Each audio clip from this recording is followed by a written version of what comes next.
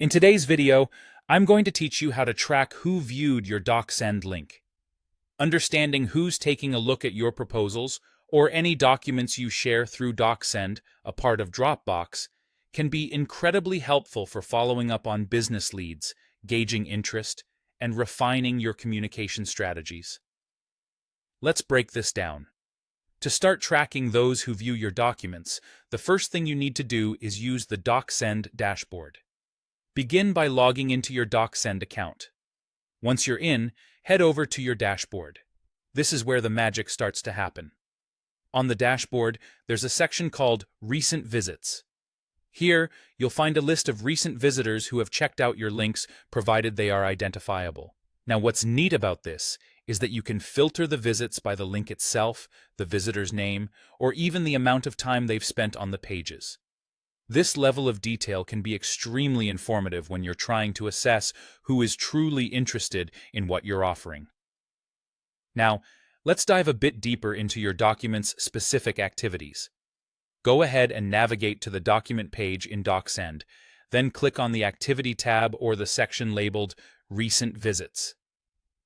Here's where you'll start seeing some really useful information. The visitor's name or email if you've previously set the link to require viewers to input their email to gain access. You'll also have some geographical data from the IP location, details about the device and operating system being used, and importantly, insights into how long they've spent on each page of your document. Not only that, but you can pull detailed stats on the percentage of your document that was viewed. All this data combined gives you a comprehensive view of how your document was interacted with. For those who want to stay immediately up to date, you can enable email notifications for visits. Simply go to your settings in DocSend, find Notifications, and turn on the option for As Visits Occur emails. What this does is send you an alert with crucial information like the visitor's email if known, the device they used, their geolocation, how much of the document they viewed, and how long they spent on it. It's an optional feature, but it adds a layer of immediacy that can be quite powerful. Moving on, it's important to understand what factors influence the visibility of viewer identities.